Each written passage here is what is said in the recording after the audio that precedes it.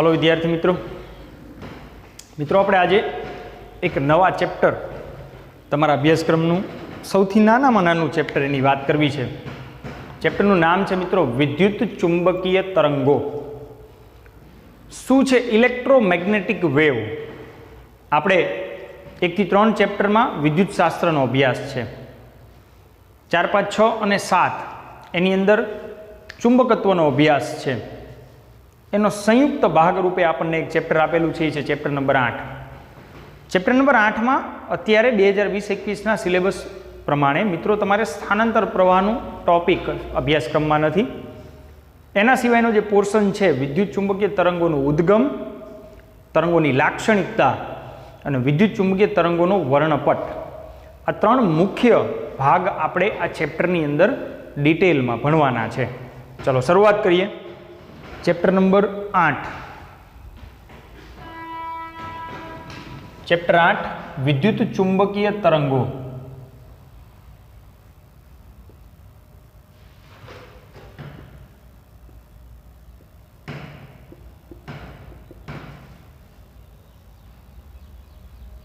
કેટલીક બેઝિક ચર્ચા આજે આપણે વિદ્યુત ચુંબકીય તરંગો વિશે કરવી છે। વિદ્યુત ચુંબકીય તરંગોના ઉદ્ગમ સ્થાન વિશે આપણે વાત કરીએ તો પહેલો જ પ્રશ્ન સ્વરૂપ લખશું આપણે ચેપ્ટરની અંદર।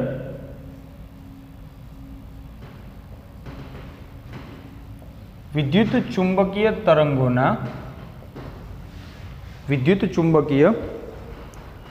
તરંગોના ઉદ્ભવ સ્થાનો વિશે નોંધ લખો।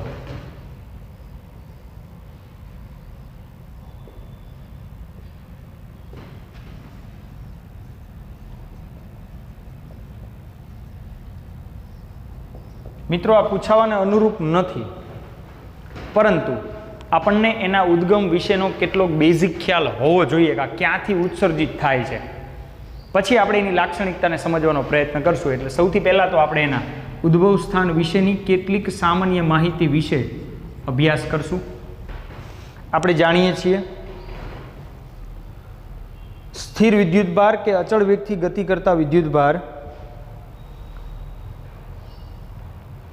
ક્યારે વિદ્યુત ચુંબકીય તરંગો ઉત્સર્જિત કરતા નથી। પહેલા પ્રસ્તાવના બાંધીએ એની, પછી સ્થિર વિદ્યુતભાર આ વિદ્યુત ક્ષેત્ર ઉત્પન્ન કરે। આ તમે ભણી ગયા છો કે સ્થિર વિદ્યુતભાર કે અચળ વેગથી ગતિ કરતા વિદ્યુતભારો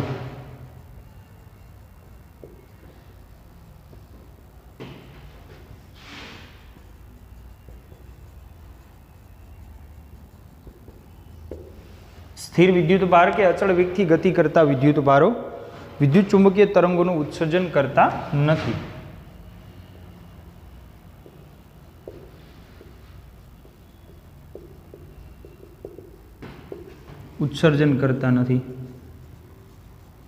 એટલે પહેલા તો એક આઈડિયા મગજમાં આવી જાય કે ભાઈ આપણે સ્થિત વિદ્યુતભાર તંત્ર નથી લેવાનું, અચળ વેગથી ગતિ કરતા વિદ્યુતભારનું તંત્ર વિશે વિચારવાનું નથી, પરંતુ મારે વાત કરવી છે સ્પેસિફિક પ્રવેગિત ગતિ કરતા વિદ્યુતભારોની। આપણે એવી એક ચર્ચાને આમાં આગળ વધારવાનું છે। મેક્સવેલના વાદ અનુસાર દોલન કરતા વિદ્યુતભારો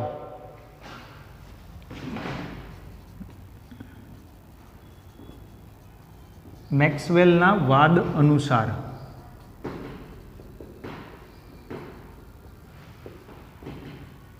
દોલન કરતા વિદ્યુતભારો એટલે કે પ્રવેગિત ગતિ કરતા,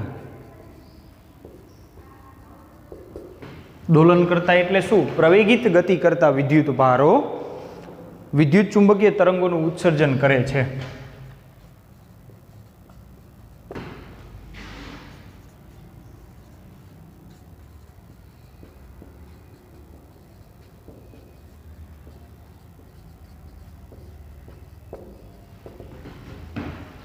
ચલો આટલી વાત પહેલા ક્લિયર કરી નાખીએ।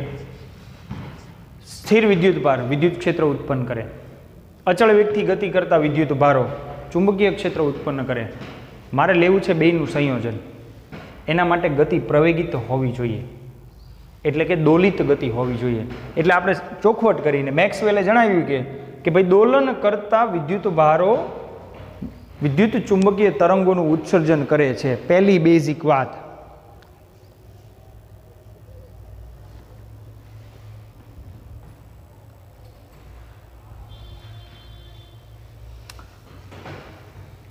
આપણે એવું લઈ લઈએ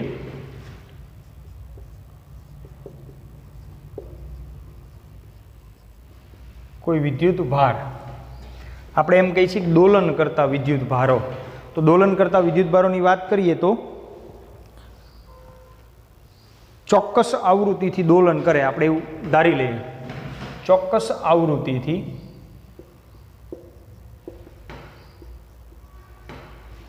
દોલન કરતું હોય, ચોક્કસ આવૃત્તિથી દોલન કરતા હોય તો વિદ્યુત ભાર, આપણે દોલિત ગતિની વાત કરવી છે, તો કોઈ વિદ્યુત ભાર કોઈ ચોક્કસ આવૃત્તિથી દોલન કરતા હોય તો અવકાશમાં દોલન કરતા વિદ્યુત ક્ષેત્ર અને ચુંબકીય ક્ષેત્રના તરંગોનું નિર્માણ કરે. એનું કોમ્બિનેશન છે વિદ્યુત ચુંબકીય તરંગો. તો તે અવકાશમાં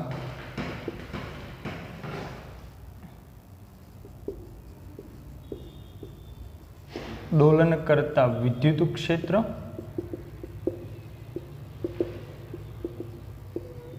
અને ચુંબકીય ક્ષેત્ર ના તરંગોનું નિર્માણ કરે છે. આની પછીની થિયરીમાં આપણે કેવું હોય વિદ્યુત ચુંબકીય તરંગ એ પણ જોઈશું. આ તો પ્રસ્તાવિક વાત ચાલે છે. ભાઈ કોઈ વિદ્યુત ભાર ચોક્કસ આવૃત્તિથી દોલન કરતું હોય, દોલન કરે છે એટલે વિદ્યુત ચુંબકીય તરંગ ઉત્સર્જિત થાય. તો જે તે સ્પેસની, જે તે અવકાશની આપણે વાત કરી રહ્યા છીએ, એ જ અવકાશમાં એ વિદ્યુત ક્ષેત્ર અને ચુંબકીય ક્ષેત્રના તરંગોનું નિર્માણ કરે.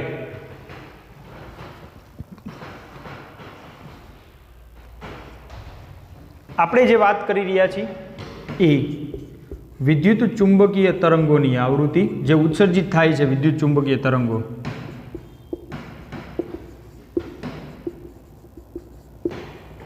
એ દોલન કરતા વિદ્યુત ભાર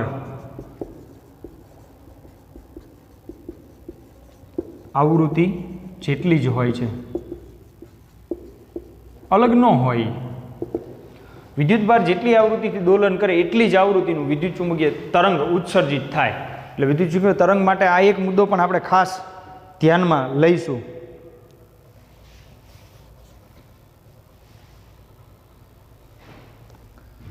દોલન કરતા વિદ્યુત ભાર માટે એવું પણ કહી શકાય, દોલન કરતા વિદ્યુત ભારની ગતિ ઉર્જા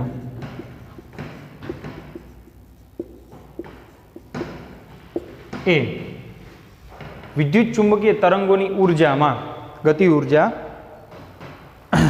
વિદ્યુત ચુંબકીય વિકિરણની ઉર્જામાં રૂપાંતરિત થાય છે, એવું કહી શકાય.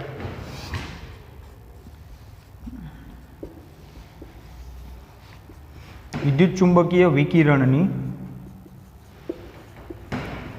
ઉર્જામાં રૂપાંતરિત થાય છે.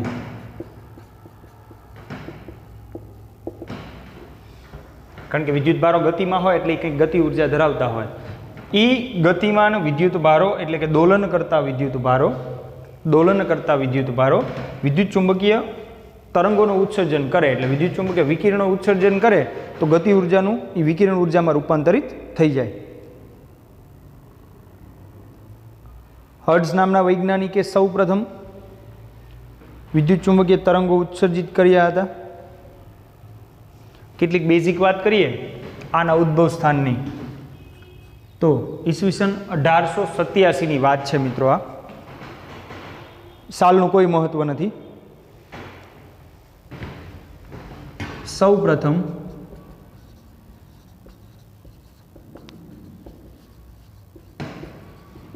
હર્ટ્ઝ નામના વૈજ્ઞાનિકે તેની પ્રયોગશાળામાં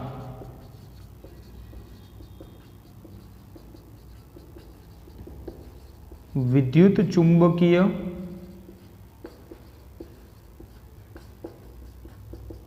વિકિરણો ઉત્સર્જિત કર્યા હતા.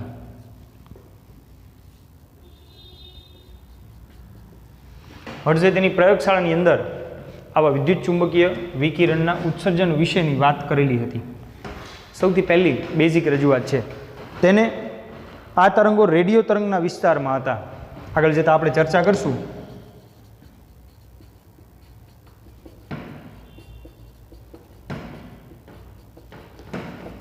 રેડિયો તરંગોના વિસ્તારમાં હતા.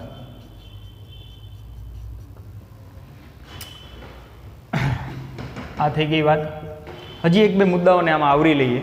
આ માત્ર પ્રસ્તાવિક માહિતી અને જાણકારી માટે જ છે. હર્ટ્ઝના સંશોધન પછી 7 વર્ષ પછી જગદીશચંદ્ર બોઝે એ પણ એક મુદ્દો એડ કરીએ. હર્ટ્ઝના આ સંશોધન બાદ 7 વર્ષ પછી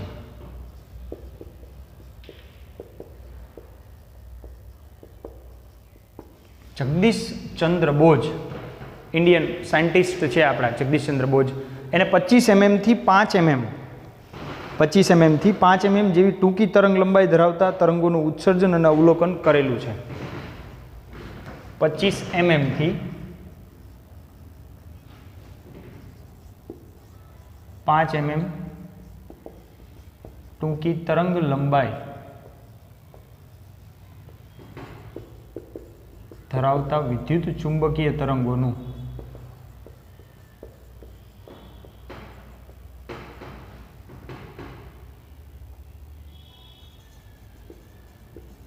ઉત્સર્જન અને અવલોકન કર્યું. આ MCQ માટે ખાસ મુદ્દાને આપણે ધ્યાનમાં લઈશું મિત્રો. 25 mm થી 5 mm જેટલી ટૂંકી તરંગ લંબાઈ ધરાવતા વિકિરણનું. આજના સમયગાળાની વાત કરીએ તો ઇટાલીમાં માર્કોનીએ વિદ્યુત ચુંબકીય તરંગોને દૂર સુધી મોકલવાની ટેકનિક વિકસાવી હતી. નોમિનલ આપણે આટલા જ મુદ્દાને આની અંદર સમાવિષ્ટ કરવો છે. વિદ્યુત ચુંબકીય તરંગોના ઉદ્ભવ સ્થાન વિશે આપણે આટલી માહિતીને ધ્યાનમાં લઈશું.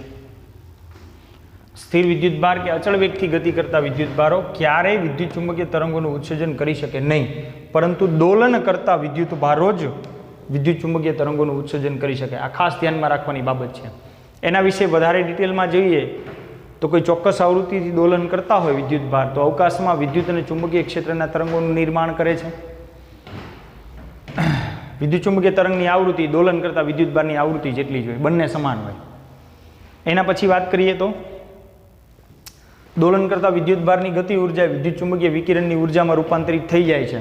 દોલન કરતાં કરતાં એની ગતિ ઉર્જા વિદ્યુત ચુંબકીય વિકિરણની ઉર્જામાં રૂપાંતરિત થાય.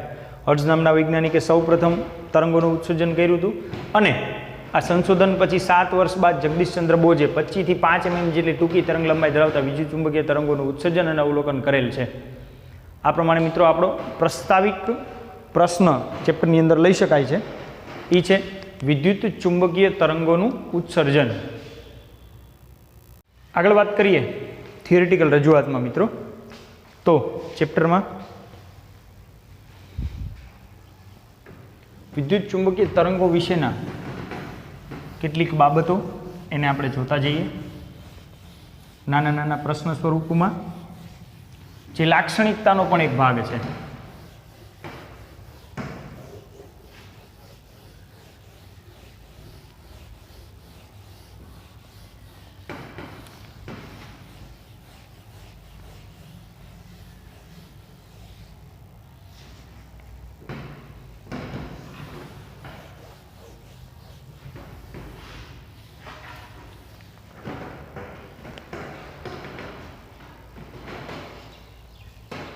વિદ્યુત ચુંબકીય તરંગોની લાક્ષણિકતા એ મુખ્ય ભાગ છે.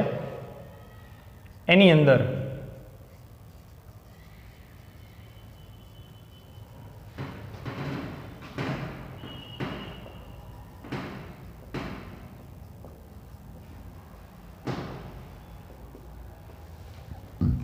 એ લાક્ષણિકતાઓની અંદર પહેલો પ્રશ્ન સ્વરૂપ, જેટલી વિશેષ માહિતી આપી છે એમાંથી પૂછાતો પહેલો પ્રશ્ન છે, વિદ્યુત ચુંબકીય તરંગોની સમીકરણના સ્વરૂપમાં રજૂઆત સમજાવી. વિદ્યુત ચુંબકીય તરંગોની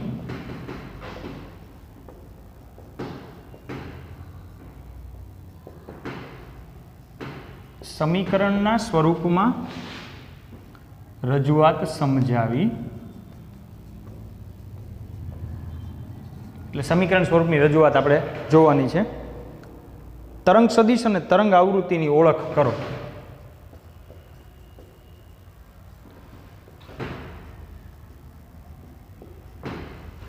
આવૃત્તિની ઓળખ કરો. આવો પ્રશ્ન પૂછાઈ શકે. લાક્ષણિકતાઓના કન્ટિન્યુઅસ મુદ્દા છે.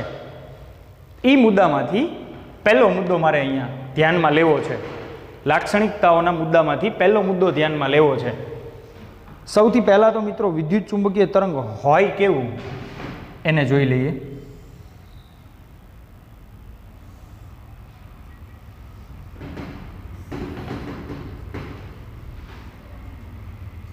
એક્સ એક્સ વાય એક્સ આ ઓરિજિન છે અને ઝેડ એક્સ.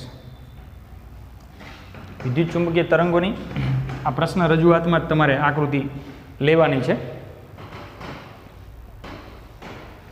ચલો, વિદ્યુત ક્ષેત્ર માટે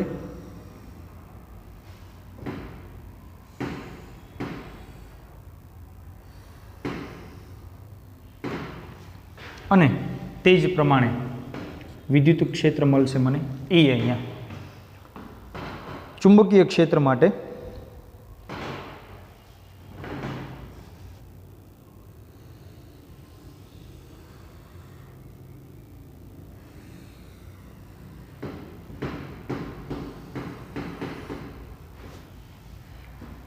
આ છે એક્સ એક્સને સમાંતર ઘટક વિદ્યુત ક્ષેત્રના તમારે દોરવાના.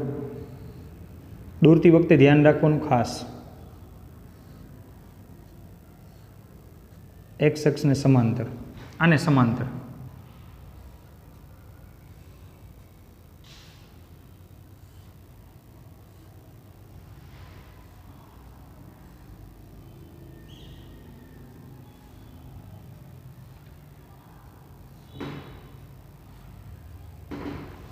તે જ પ્રમાણે વાય એક્સને સમાંતર ઘટકો લઈશું અહીંયા.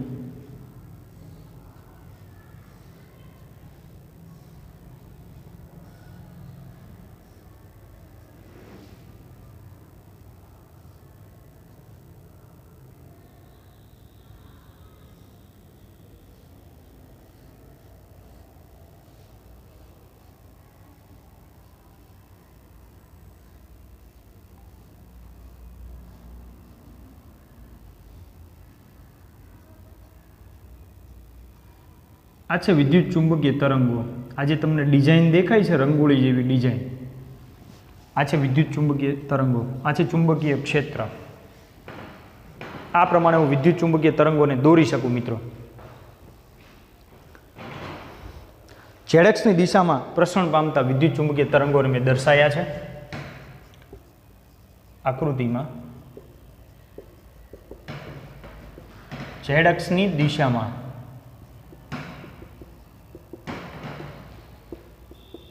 પ્રસરણ પામતા વિદ્યુત ચુંબકીય તરંગો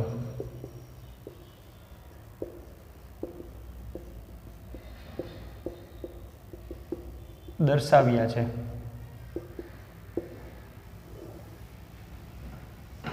ઝેડએક્સની દિશામાં પ્રસરણ પામે છે. તમે જોઈ શકો છો વિદ્યુત ચુંબકીય તરંગોનું પ્રસરણ ઝેડએક્સની દિશામાં છે.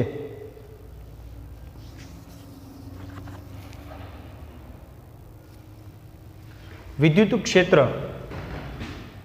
અને ચુંબકીય ક્ષેત્રની વાત કરીએ. વિદ્યુત ક્ષેત્ર E એ એક્સ અક્ષ, અહીંયા જોઈ શકો છો કે એક્સ અક્ષ અહીંયા મેં દર્શાવી છે. એટલે વિદ્યુત ક્ષેત્રના ઘટકો એક્સ અક્ષને સમાંતર લઈ શકાય અથવા એક્સ અક્ષની દિશામાં લઈ શકાય એમ. E એ એક્સ અક્ષની દિશામાં જ્યારે ચુંબકીય ક્ષેત્ર બી એ વાય અક્ષની દિશામાં સાઇન વિધેય અનુસાર સાઇન 0 0 છે, ટેકનિકલ ટર્મ સમજો બરાબર.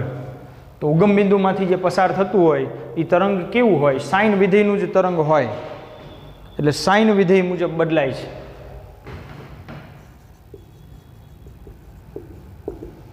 સાઇન 0 બરાબર 0 હોવાથી આ જો આપણે ઉગમ બિંદુમાંથી દર્શાયા છે બંને તરંગો, વિદ્યુત ક્ષેત્ર અને ચુંબકીય ક્ષેત્રના તરંગોની વાત કરીએ તો એને અનુલક્ષીને જો આપણે ચર્ચા કરતા હોય તો સાઇન વિધેય અનુસાર આ બંને બદલાય.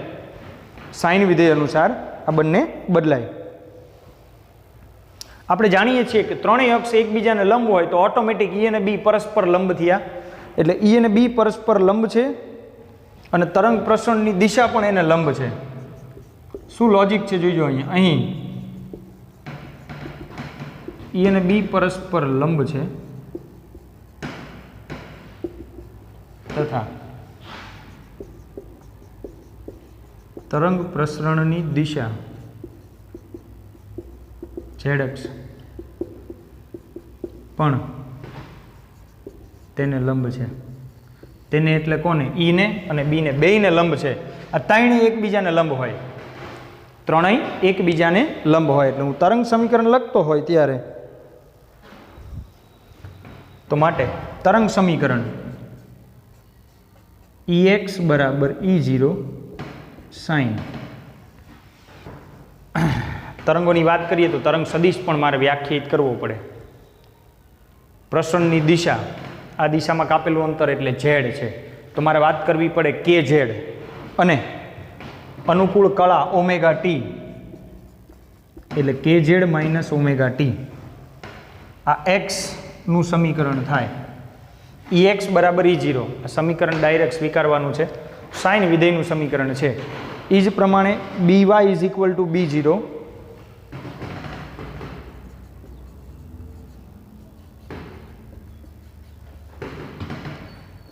B0 sine KZ minus omega t. Sine વિધેય અનુસાર બદલાય છે, એટલે વિધેય નહીં બદલાય, માત્ર એક્સ અને વાયના ઘટકો બદલાશે. એટલે વિદ્યુત ચુંબકીય તરંગો માટે વિદ્યુત ક્ષેત્ર અને ચુંબકીય ક્ષેત્ર બંનેના સમીકરણ મિત્રો આ મુજબ થશે. આમાં ઉપયોગમાં લીધેલ કે એ આપણો તરંગ સદિશ છે, જ્યાં કે બરાબર તરંગ સદિશ. તરંગ સદિશ અને તરંગ આવૃત્તિની ઓળખ કરવાની છે. એમાં પહેલો સદિશ આપણે લઈ છીએ કે એનું સૂત્ર છે મિત્રો 2π/λ.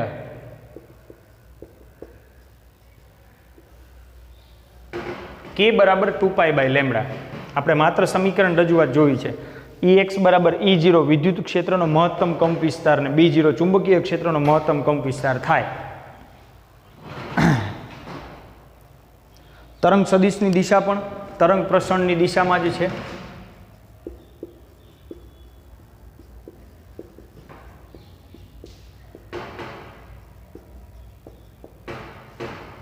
તરંગ પ્રસરણની દિશામાં છે.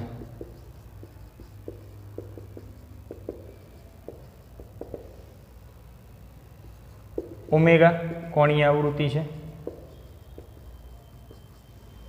જેનું પણ મૂલ્ય omega is equal two 2π/t આવર્તકાળ અથવા 2πf આવૃત્તિ, જ્યાં f બરાબર તરંગ આવૃત્તિ.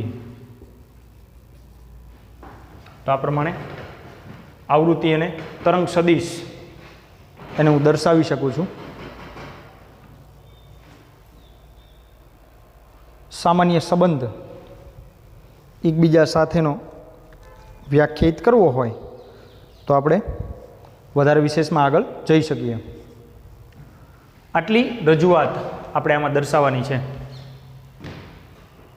ઝેડ સ્થાનાંતર છે, ટી સમય છે, કે અને ઓમેગા કે તરંગ સદિશ છે. તરંગ સદિશની દિશા એ તરંગ પ્રસરણની દિશામાં હોય. ઓમેગા કોની આવૃત્તિ છે? Omega is equal two 2π/t અથવા 2πf લઈ શકાય. એફ તરંગની આવૃત્તિ થાય. તો આ પ્રમાણે મિત્રો લાક્ષણિકતાઓમાં આ પહેલી લાક્ષણિકતા છે તરંગ સમીકરણ. વિદ્યુતચુંબકીય તરંગોની લાક્ષણિકતાઓની વાત કરતા હોય ત્યારે પ્રથમ લાક્ષણિકતા વિદ્યુતચુંબકીય તરંગોનું સમીકરણ સ્વરૂપની રજૂઆત છે. E0 અને B0 મેં કીધું એમ એના મહત્તમ કંપવિસ્તારના મૂલ્યો છે, દર્શાવી શકાય, નહીતર ચાલે થિયરિટિકલ પોઈન્ટ ઓફ વ્યૂ. ચલો, આ પહેલી વસ્તુ આપણે ધ્યાનમાં રાખશું. આગળ વાત કરીએ.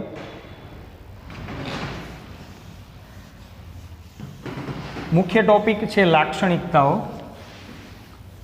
એમાં જ કેટલાક મુદ્દાઓની આપણે ચર્ચા કરીએ. તો આગળ, જો તરંગ પ્રસરણની ઝડપ v હોય તો આપણે જાણીએ છીએ v is equal two ω/k. v બરાબર ω/k થાય. આ માધ્યમ માટે, આજે ઝડપની વાત કરી રહ્યા છીએ, માધ્યમ માટે છે. શૂન્યાવકાશમાં વિદ્યુત ચુંબકીય તરંગોની ઝડપ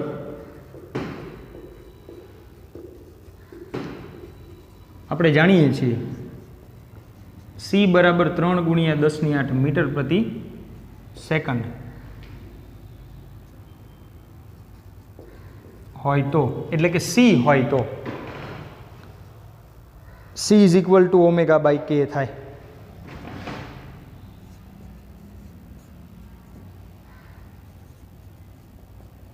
આ બધા સમીકરણ સ્વરૂપ છે જેની મદદથી દાખલા ગણી શકશું આપણે. અત્યારે તમારે ધ્યાનમાં લેવાના સમીકરણ સ્વરૂપ છે, એટલે ઇન્ટરનલ કન્વર્ઝેશન પણ આપણે સૂત્રોનું જોઈ લઈએ સાથે સાથે.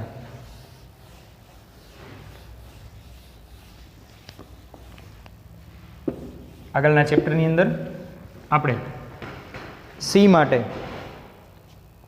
1/√μ0 ε0 પણ જોયેલું છે.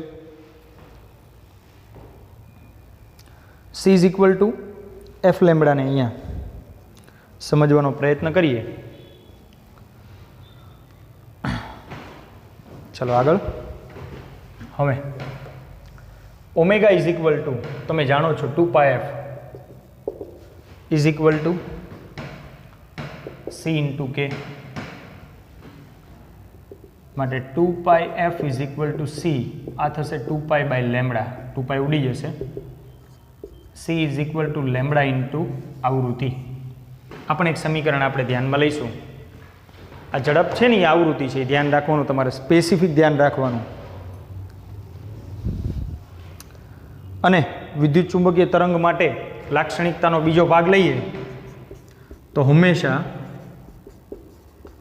વિદ્યુત ચુંબકીય તરંગો માટે